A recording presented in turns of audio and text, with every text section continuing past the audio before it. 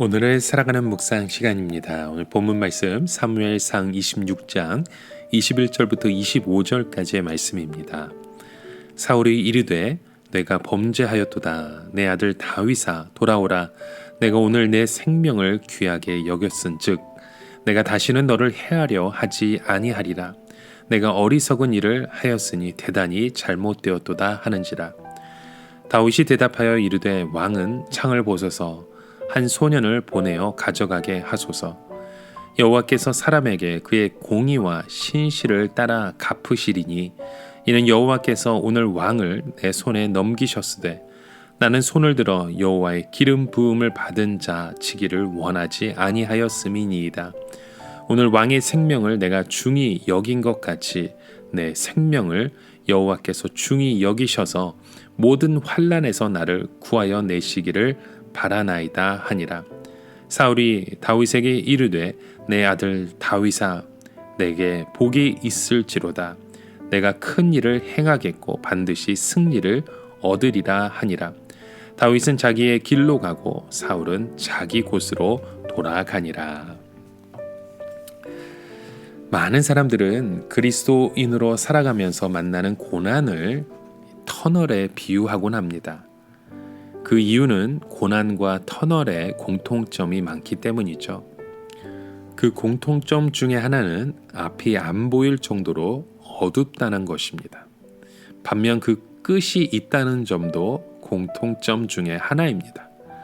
터널에 시작이 있으면 그 끝이 있는 것처럼 고난도 시작이 있으면 그 끝이 있습니다. 이처럼 다윗 또한 고난의 끝이 보이기 시작합니다. 사울의 추격으로 그 끝이 보이지 않을 것 같은 고난의 연속이었지만 오늘 본문의 말씀을 자세히 살펴보면 그동안 당했던 고난의 끝이 암시되어 있음을 발견하게 됩니다. 앞서 저희는 다윗이 사울의 진영에 들어갔다가 사울을 죽일 수 있는 기회가 있었지만 살려준 사건에 대해서 우리는 살펴보았습니다.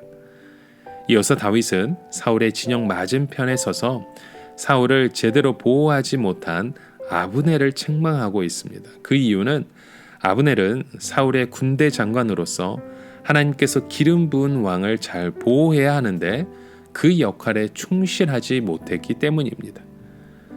이런 내용을 볼 때 다윗은 비록 자신을 죽이기 위해 추격하는 사울이었지만 하나님께서 기름 부음을 받은 사람은 소홀하게 대우받을 수 없다는 생각을 전제하고 있음을 우리는 보게 됩니다.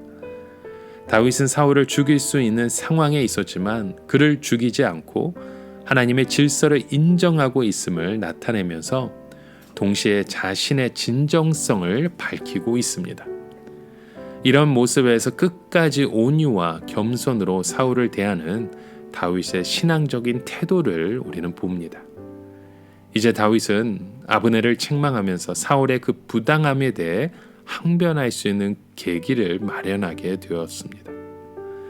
이렇게 다윗이 아브넬을 책망하고 있을 때 사울이 다윗의 음성이라는 사실을 깨닫고 내 아들 다윗아 이것이 내 음성이냐 하고 다윗을 부릅니다.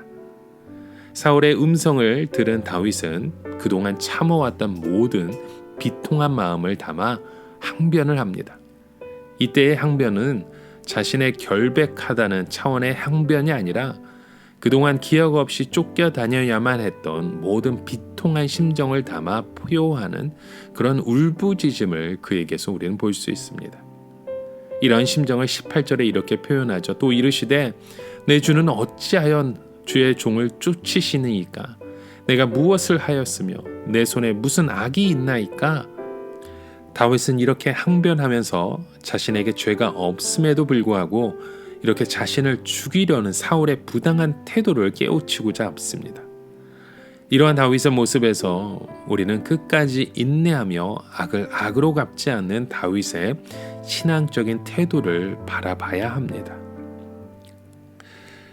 자, 그리고 다윗은 3,000명의 군사를 이끌고 자신을 잡으러 온 사울을 향해 항변하면서 벼룩을 수색하러 나오셨다라는 표현을 보게 됩니다. 다윗은 이렇게 표현함으로써 사울이 다윗을 추격하는 일은 아무 유익이 없는 일이라고 알리고자 했던 것이죠. 다윗의 말을 들은 사울은 자신의 잘못을 인정하기 시작합니다. 이 사실에 대해 21절에서 이렇게 말하죠. 내가 범죄하였도다. 내 아들 다윗아 돌아오라.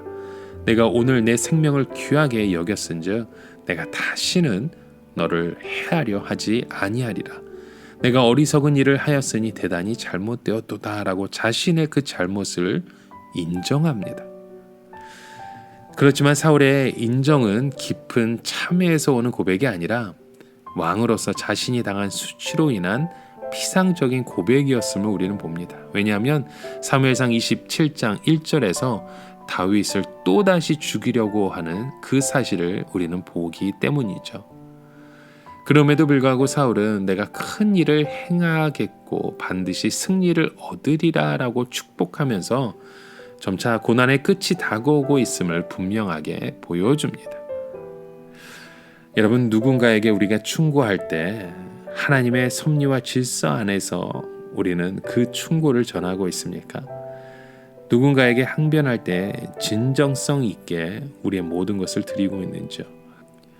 때로는 우리의 마음이, 우리의 행함이 그들에게 전달되지 못할지라도 이곳에서 무엇보다도 하나님의 뜻을 바라보시길 바랍니다. 하나님께서 역사하시고 하나님께서 행하시는 그 일들을 통해 우리의 마음을, 우리의 생각을 주님께서 주관하실 줄 믿습니다. 오늘을 살아가며 한 가지 묵상의 질문을 드립니다. 여러분, 누군가로부터 잘못을 지적받았을 때 진심으로 수용하면서 뉘우치고 있으십니까? 아니면 그런 지적에, 그런 말에 우리는 상처를 받고 다시 우리의 말로 돌려주려고 하는 그런 우리의 모습은 없는지요? 여러분, 오늘도 우리 안의 삶의 여정 가운데 무엇보다도 주님의 마음, 주님의 뜻을 살피며 주님과 함께 행하시는 저와 여러분의 삶이 되시길 주님의 이름으로 간절히 축원합니다. 함께 기도합니다. 하나님, 이 고난의 끝의 여정 가운데 우리는 주님의 마음을 품기 원합니다. 우리에게 행하시는 그 놀라운 일들 가운데 주님과 함께 승리하며 끝까지 그 승리를 붙들기 원하오니 오늘 우리의 삶의 여정 가운데 하나님의 그 마음, 하나님의 그 역사하심을 바라보는 저희 모두가 되게 하여 주시옵소서. 예수 그리스도의 이름으로 간절히 기도드립니다. 아멘.